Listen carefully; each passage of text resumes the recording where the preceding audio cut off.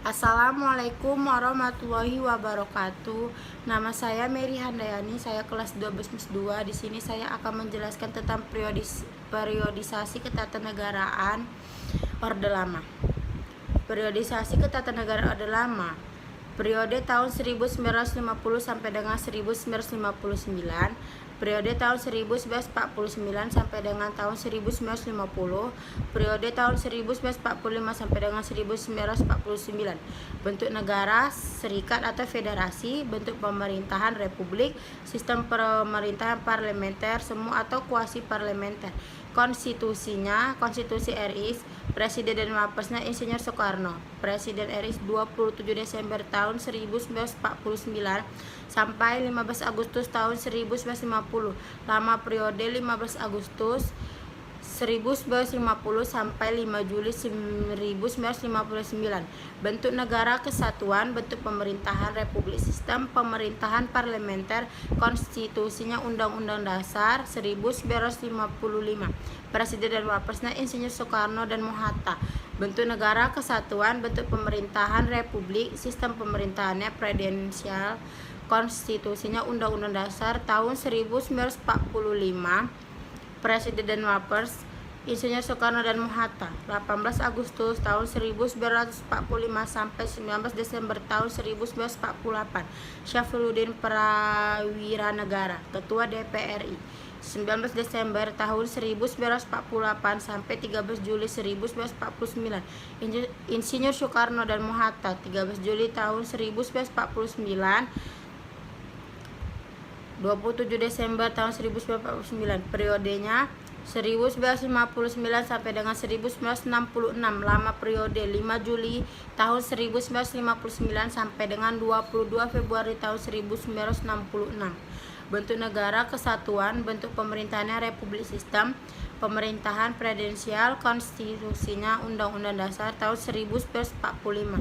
Presiden dan Wapres Insinyur Soekarno dan Mohatta. Periode antara lain kejadian yang terjadi pada periode ini adalah periode tahun 1945 sampai dengan 1949. Bentuk negara kesatuan, bentuk pemerintahan republik, sistem pemerintahan presidensial, konstitusinya Undang-Undang Dasar tahun 1945. Presiden Wapres Insinyur Soekarno dan Mohatta. 18 Agustus 1945 sampai 19 Desember 1948. Syafruddin Prawiranegara, Ketua DPR RI. 19 Desember 1948 sampai 13 Juli 1949. Insinyur Soekarno dan Mohatta. 13 Juli 1949 sampai 27 Desember 1949. Antara lain kejadian yang terjadi pada periode ini adalah: 1. Berubah fungsi Komite Nasional Indonesia Pusat dari pembantu presiden menjadi badan yang diserahi kekuasaan legislatif dan ikut menetapkan GBHN yang merupakan wewenang MPR. 2. Terjadinya perubahan sistem kabinet presidensial menjadi kabinet parlementer. Periode tahun 1949 sampai 1950.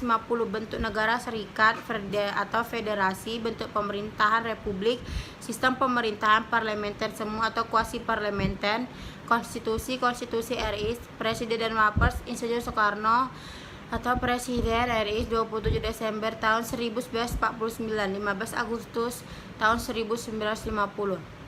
Periode tahun 1950 sampai dengan tahun 1959. Lama periode 15 Agustus 1950 sampai 5 Juli 1959.